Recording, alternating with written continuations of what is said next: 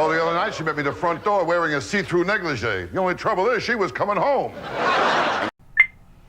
Good morning. Today is Thursday. It is May the 2nd, coming close to Cinco de Mayo. Hope everything is going well with you.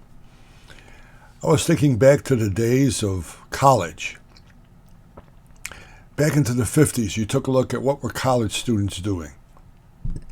Well, they were stuffing phone booths. Do you remember that? How many people can you fit in a phone booth? I don't even know if you can find a phone booth now, but that's what they were doing. They did crazy stuff. In the 60s, you were more concerned about going to war in Vietnam, so you were concentrating on your studies, but still you did crazy things. Do they still thumb rides in college? Because one of the greatest things I learned in college was how to walk backwards with my thumb out. I don't know what they're doing now, but it's sort of amazing to me that when you get up every morning and you see what's going on college campuses, you wonder what the hell are they teaching these kids in school. But I just thought of something. I have very, very intimate knowledge, a relative who was brought up in Iran, a great kid. And he was taught from the time he was a child, first grade, all the way through school, that Jews were dogs. Jews were terrible. And that same thing, Saudi Arabia, the Middle East. If you were in a Muslim country, you were taught that Jews were dogs. Sort of like Hitler was blaming the Jews for everything in the World War II. But that's what they were taught. Now think about what's happening on campuses here today. Think about the kids that are demonstrating.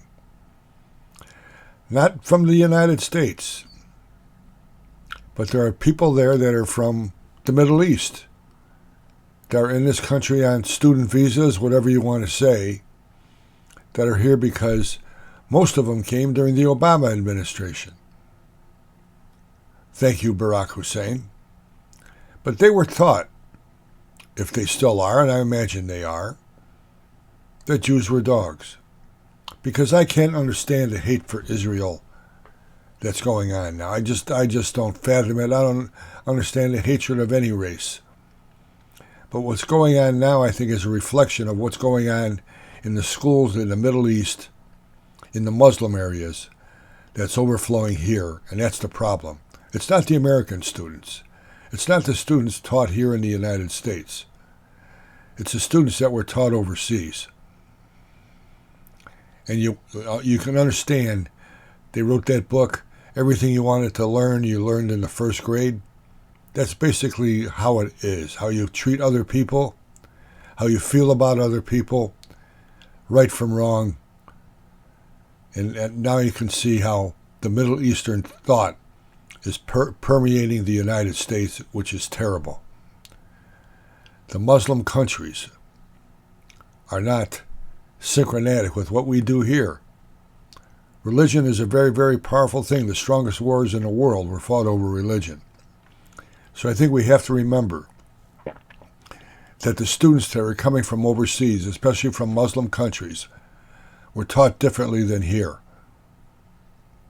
And I hope that we get some leadership and A, stop them from coming over, and B, making sure if they do cause problems here, they're gone.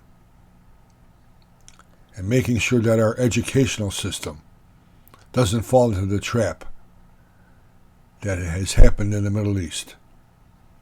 You know, I just thought about this. You don't see any of this happening in Poland. Why? They don't let them in. Think about that. Today is going to be one of those days where you think about summertime, think about what's happening in the world, and you scratch your head. You scratch your head because you want everything to go well, and you have an election coming up, and you're looking for leadership. And right now, we don't have any. There's no leadership anywhere in Washington, D.C. You sit there and you wonder, Joe, please say something about this. He's not. If you were a terrorist and you came into the United States, which they did, over 8 million have come into the United States, illegal aliens. 1.8 million of them have no idea where they are, who they are. So I'm going to say, out of the 1.8 million, there's a couple terrorists. If you were a terrorist in this country, where would you go? Where would you feel welcome? Just take a look at the members that they call a squad in Congress. I'd go to Michigan. I could barely eke out my feelings on what's going on in Michigan with their governor, with their representatives in Congress, but I guarantee you right now, somewhere, some imam, some mosque, they're plotting a terror attack on the United States. Michigan. They don't have a governor there. They might as well have an Ayatollah. Tomorrow, the shift head of the week.